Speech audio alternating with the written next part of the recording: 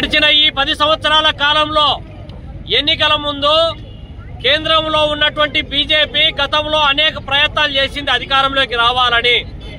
ఎన్ని ప్రయత్నాలు చేసినా అధికారంలోకి రావడానికి భారతదేశ ప్రజలు ససేమిరా అన్నారు.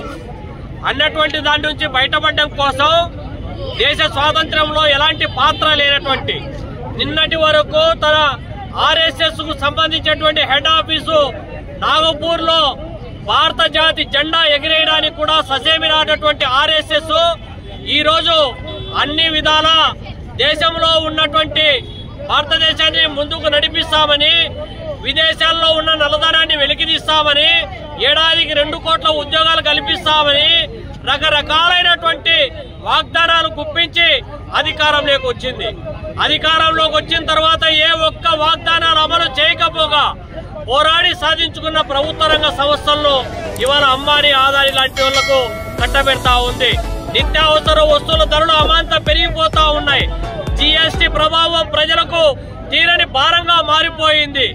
అన్ని రకాల సమస్యలు విద్యార్థులు, యువజనులు, శ్రామికులు, మహిళలు, దళితులు, మైనారిటీలు అన్ని వర్గాల ప్రజలు ఇవాళ వీధుల్లోకి వచ్చి పోరాటం చేయాల్సినటువంటి దౌర్భాగ్య స్థితి నెలకొంటా ఉంది.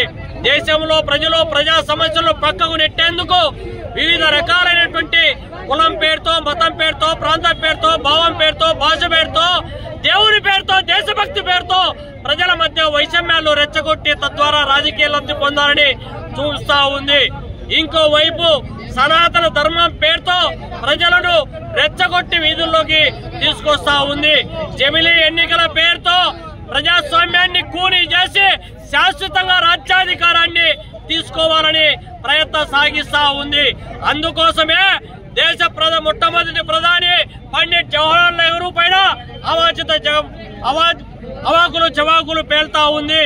మరి అదేవిధంగా గాంధీజీ పైన అనేక కూతలు పూస్తా ఉంది. మరి నిన్నగాక మొన్న అంబేద్కర్ పైన మాటలు మాట్లాడడం అంటే మనసు నిండా మనువాదాన్ని నింపుకొని అంబేద్కర్ పైన ఇవాళ తూలనాడుతా ఉందంటే భవిష్యత్తులో రాజ్యాంగాన్ని మారుస్తాము, రిజర్వేషన్లను రద్దు చేస్తాము అని పరోక్ష హెచ్చరికలు జారీ చేస్తున్నటువంటి నేపథ్యంలో ఈ దేశంలో సంపద సృష్టిలో భాగస్వామ్యం అవుతా ఉన్నటువంటి ఎస్సీ, ఎస్టీ, బీసీ, మైనారిటీ, మహిళా లోకం తిరగబడి ఈ మనువాదులను మట్టు పెట్టాల్సినటువంటి రాజకీయ సమాధికి పునాది వేయాల్సినటువంటి అవసరం, బాధ్యత ఉందని చెప్పి ఈ సందర్భంగా తెలియజేస్తా ఉన్నాం. 2025 సంవత్సరంలోకి అడుగు పెడుతున్నటువంటి ఈ సందర్భంగా డిసెంబర్ 30 తేదీన దేశవ్యాప్తంగా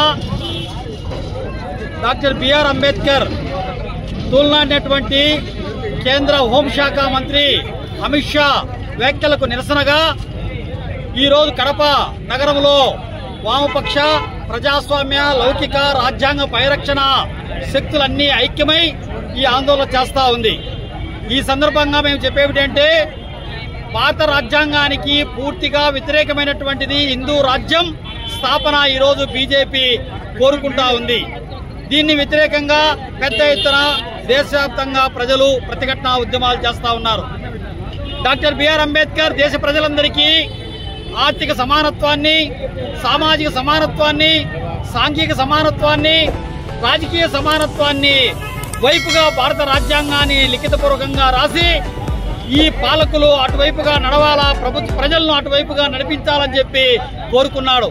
దానికి భిన్నంగా ఈ రోజు బీజేపీ నరేంద్ర మోడీ 10 సంవత్సరాల పరిపాలన సాగుతా ఉంది.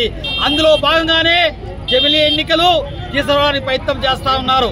దానికి ప్రత్యామ్నాయంగా కులగణన చేయమంటే ఈ రోజు కులగణన చెయ్యము. ఏ కులంలో ఎంతమంది పేదలు ఉన్నారో బయటపడితే వాళ్ళ సంక్షేమానికి ప్రభుత్వ నిధులు కేటాయించాలా, అంబానీ, ఆదాని లాంటి వాళ్లకు ప్రజాధనం తోచిపెట్టడానికి అవకాశం ఉండదని చెప్పి దాటవేసేటువంటి అధ్యక్షతర పరిపాలన, రాజ్యాంగ విరుద్ధమైన పరిపాలన చేస్తా ఉన్నారు. దీన్ని దేశ ప్రజలందరూ ప్రతిఘటించాలా, మేధావులందరూ ప్రకటించాలని చెప్పి తెలియజేస్తా ఉన్నాం. జి చంద్రశేఖర్, సిపిఎం జిల్లా కార్యదర్శి, కడప.